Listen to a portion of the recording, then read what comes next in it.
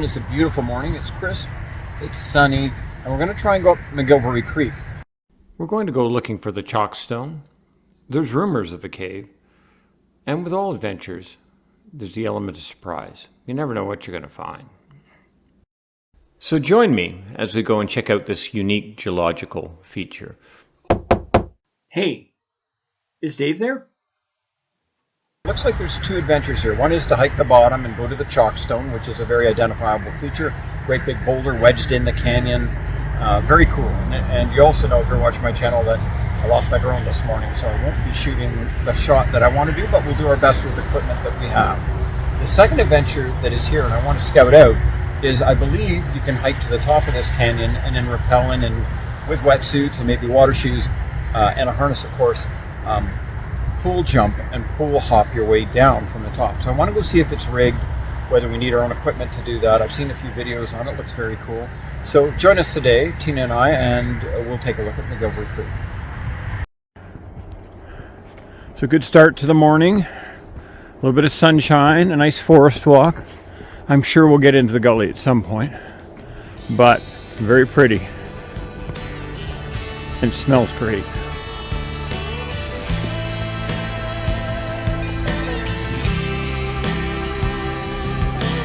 So the trail keeps going up along the high line along the creek itself.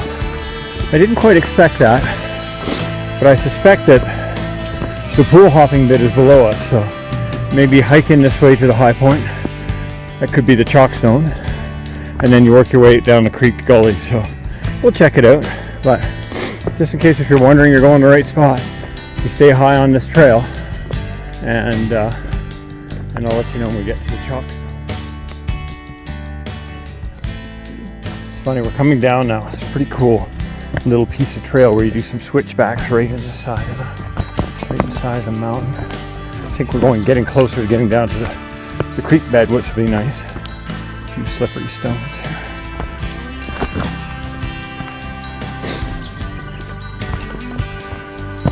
Look at these roots. It's always funky, these toe catchers, but they're pretty just the same.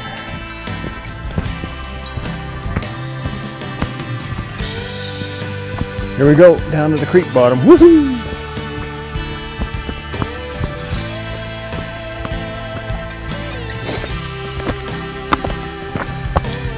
All right, look at this.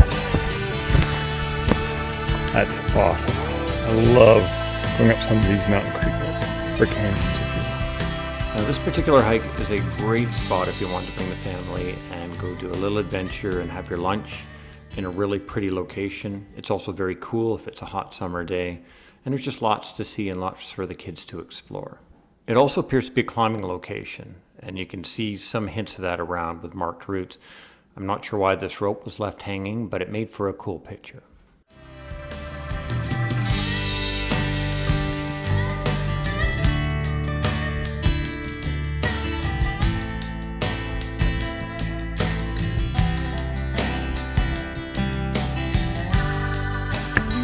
Certainly has a Lord of the Ringsy kind of feel going up this boulder field, trees hanging in, things uprooted.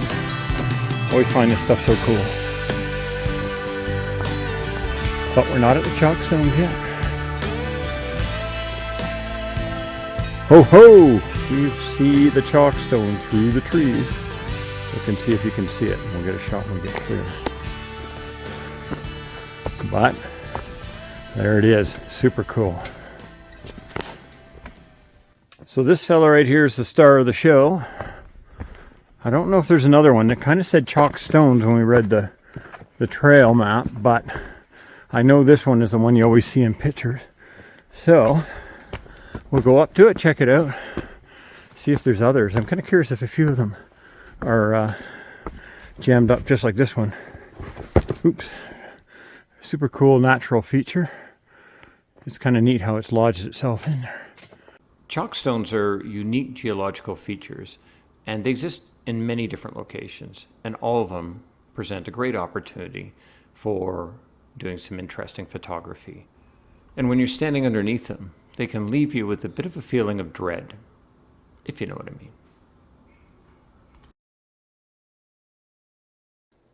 Now here's a little beta for you. The key is to go under the Chockstone and work your way up to the boulder field and then take a trail that traverses back to the stone.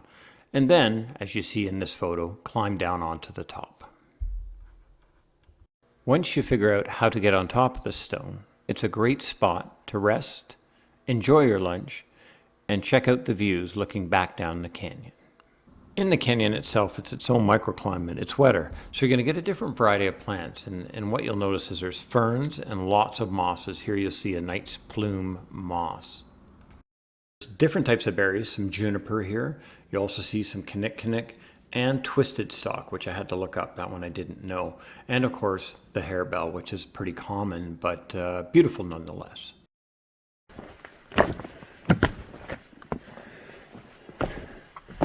And now that the sun comes out, you get a little bit more greens and you get a little bit more color. Tina and I are going to try and walk out the canyon floor and see how far we can get. Okay, so where you head up towards the Chockstone, when you come on to the creek bed, if you go down, this is where I think you can rope. There's a ring there, it's been drilled. Ooh, I better not slide in.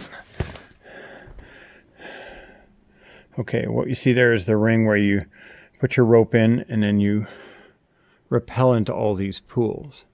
So I don't think Tina and I are going to try and go down that route. I think we're going to get ourselves stuck. So anyhow, in the spring or when there's water in it, makes it a good time to get in here with a wetsuit and a harness and do a little rappelling and pool hopping. It's kind of neat. Okay, if the last one was Lord of the Rings-ish, Tina says this is definitely Lord of the Rings-ish. If that's a word, we'll build a new word. It's very LR. Yeah, it's slippery in here. This is coming in from the low side. So usually it's wet, and I would say, you know, if you see some of the YouTube articles that show people jumping through pools and floating sections, this would be it. But right now it's dry. Let's see what's around the corner. Oh, very cool. It's cave-like. There's supposed to be a cave in here somewhere. We're going to see if we can find it.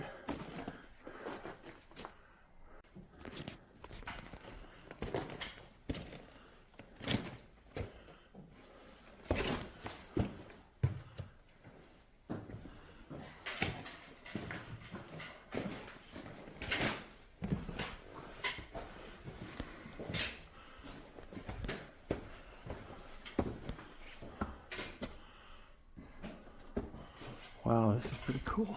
A little wet, a little slick. Okay, so Here.